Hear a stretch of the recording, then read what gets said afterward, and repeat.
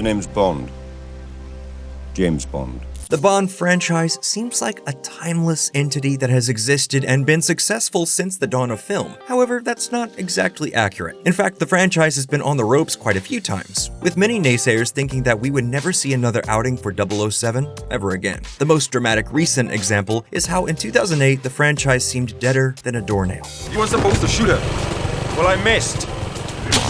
Until Skyfall saved the Bond franchise from certain death. Before we get too deep into today's episode, please be sure to like, comment, and subscribe to Nerdstalgic for more Bond videos just like this. In the early 2000s, the Bond franchise was thought to be beyond repair. Die Another Day had underperformed, and many people thought that the stiff upper lip, corny one-liners, and casual misogyny of the long-running series couldn't transition out of the 90s attitudes and into the 2000s. However, 2006 would be the year Casino Royale would debut, and Daniel Craig's initial outing as the Orphan with a license to kill silenced all the critics. The film had multiple controversial aspects to it that both excited new fans and riled up longtime franchise devotees. The film, based on the first Bond novel ever published by Ian Fleming, operated as a complete reboot. It took things back to basics. Gone were the gadgets, contraptions, and franchise history. We don't really go in for that anymore. They were replaced by gritty action, a somber tone, and a modern aesthetic. The film's cinematography was as beautiful as it was bleak. We barely got to know each other.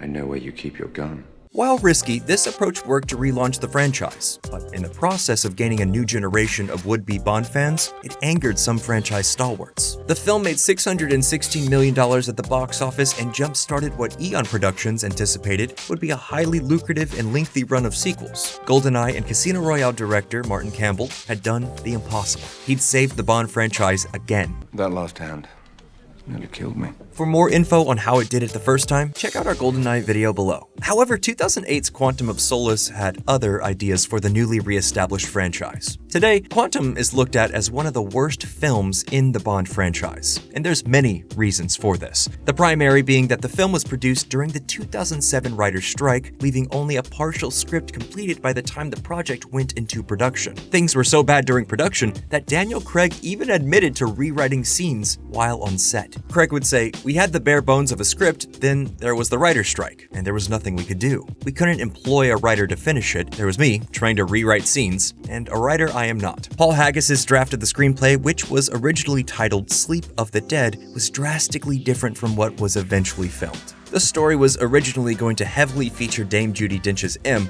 and would ultimately showcase the beloved character's demise. The production was down to the wire, with Haggis's draft supposedly turned in 2 hours before the strike began. However, over the course of production, Craig and director Mark Forrester rewrote the script so extensively that they jettisoned this big swing concept and many of the other elements from Haggis and longtime Bond screenwriters Robert Wade and Neil Purvis's drafts. Arguably, the biggest problem with the film is that they're obviously attempting to world build by introducing a new version of the longtime Bond adversary evil organization, Spectre. But due to legal issues, they didn't have the rights to the beloved evil organization or any of its iconic characters. The resulting half-hearted effort in Quantum never quite landed for fans old or new. The film's budget was purportedly as much as $230 million, and the film only pulled in $590 million. This box office setback was just one of the issues that this new era of Bond would bring as a potential antagonist for Ian Fleming's iconic spy. While the beginning stages of writing for the at the time untitled Bond 23 project began in 2009, they were short-lived. On November 3, 2010, MGM declared Chapter 11 bankruptcy, and from there, the road gets very bumpy. Rumors swirled that the Bond franchise was being shopped around as a way for the studio to escape financial purgatory, some even going as far as to suggest that the franchise and the studio could not be salvaged, and this would be the end of both. Thankfully, on December 21, 2010, the studio did emerge from bankruptcy and announced a new slate of films. These films, among them a new Bond outing, would determine the fate of the studio long-term. Could Bond 23 save not only a floundering Bond franchise, but also the very studio that was backing it? Only some smart producing and talented filmmakers stood in the way of financial ruin. As early discussions began to swirl through the back alleys of the internet, many potential avenues for the film were rumored. One being that the film would be based on the Bond novel Carte Blanche, another being that the film would feature a retooled Dr. No, played by Craig's real-life wife, Rachel Weisz. What did manifest, though, was a script, initially titled Once Upon a Spy, that would have been a globe-trotting adventure yarn, which would have seen M being blackmailed by individuals in the Russian government. The finale would see Bond having no choice but to kill her. However, after director Sam Mendes came on board, almost all of that story was thrown out. The only element that Mendes responded to was M's climactic death. Another draft was produced under the title Nothing is Forever, which was influenced by Heart of Darkness. This version was also abandoned, and the next version, titled Skyfall, was written by Wade and Purvis and Oscar-winning screenwriter John Logan. The newest version took some exciting risks right out the gate. What if the main antagonist was more a riff on Alec Trevelyan, and instead of someone from Bond's past, it was someone from M's? These ideas made everything work. All the drafts, all the abandoned ideas, and the studio literally declaring bankruptcy couldn't stop them now. They were barreling towards production. Now all they had to do was create a classic. Skyfall is not only a fantastic Bond film, but it's also just an extremely artfully executed movie overall. From the inclusion of Roger Deakins as the director of photography, expertly crafting images that had never been seen in a Bond film before, to Mendes' vision for the scale and scope of the story, to Craig's intense and grieving performance. One of the most underrated aspects that Skyfall brought back to the franchise was the connection between Craig and the previous Bond films. If you pay attention, the implication is that Casino Royale and Quantum transpire, then every other Bond film, then Skyfall. Everyone throughout the picture is always referring to how old he is now. He drives the Aston Martin DB5 from Thunderball, and Q makes a snide comment directly referencing the events of GoldenEye. Not exactly Christmas, is it?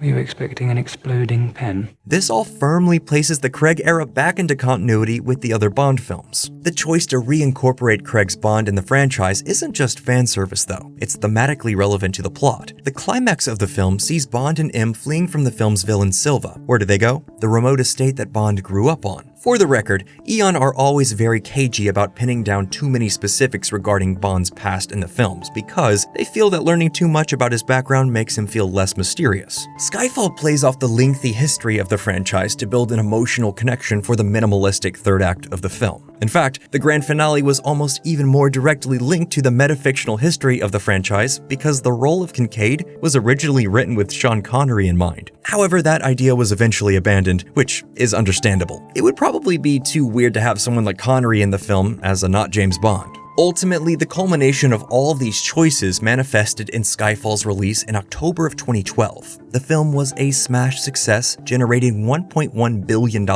It also received rave reviews, with many touting it as the best Bond film ever made. Skyfall secured the Craig era as not just being a one-hit wonder or an underappreciated duology, as Timothy Dalton's tenure is now looked back upon. Skyfall saved the Bond franchise and MGM, pulling in enough money to keep the lights on, at least long enough for the creditors to sell it to Amazon.